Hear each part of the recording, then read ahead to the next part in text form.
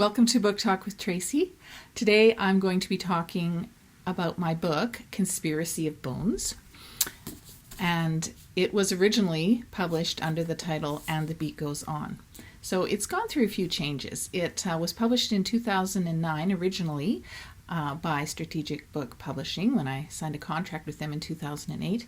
And it has since gone through some changes. I got the rights back to it a few years ago now and decided to republish it with a different title, Conspiracy of Bones, and a little bit different cover as well.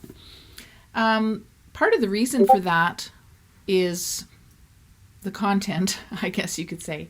The book is about an archaeologist who discovers dinosaur bones and human remains buried together.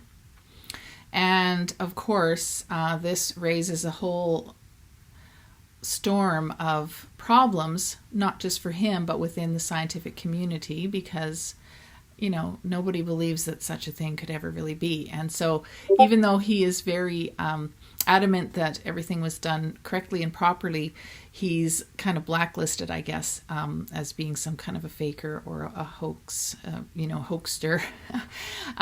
He was raised in a Christian home, so of course this brings out a lot of questions for him because he had, abandoned that belief system when he was older. And so he begins to explore some of that again.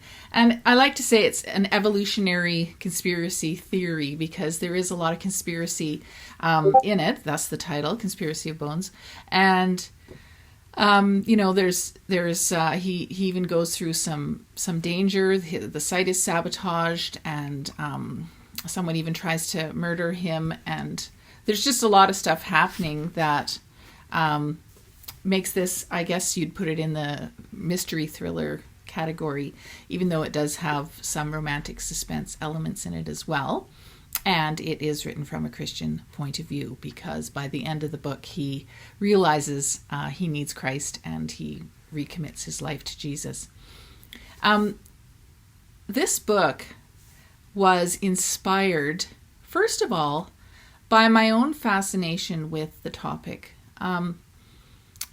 I had learned in school about dinosaurs and the world being millions of years old, and that magical element of time seemed to erase every other sensible thought about things just appearing out of nowhere. And that seems to be the pat answer. Well, with enough time, anything is possible. And yet, when I became a Christian, I began to question that. And I started looking into some of the things. I was very fascinated by actually the evidence that is out there for creation and for an intelligent designer.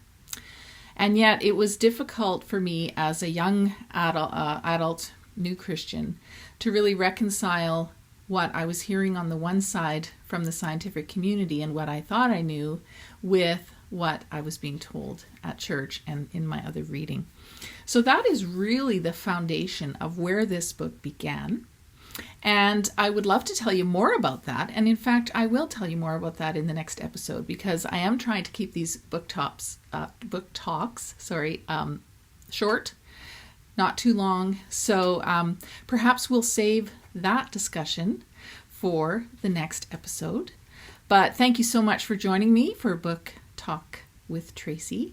And if you have any thoughts, I would just love to hear from you. If you'd like to leave a review, that's always wonderful. Reviews on Amazon really do help authors sell books. And of course, you can see all of my books and all the other content at my website, tracykrauss.com. No E in Tracy, 2 S's in Krauss. And that's it for today. Thanks for joining me.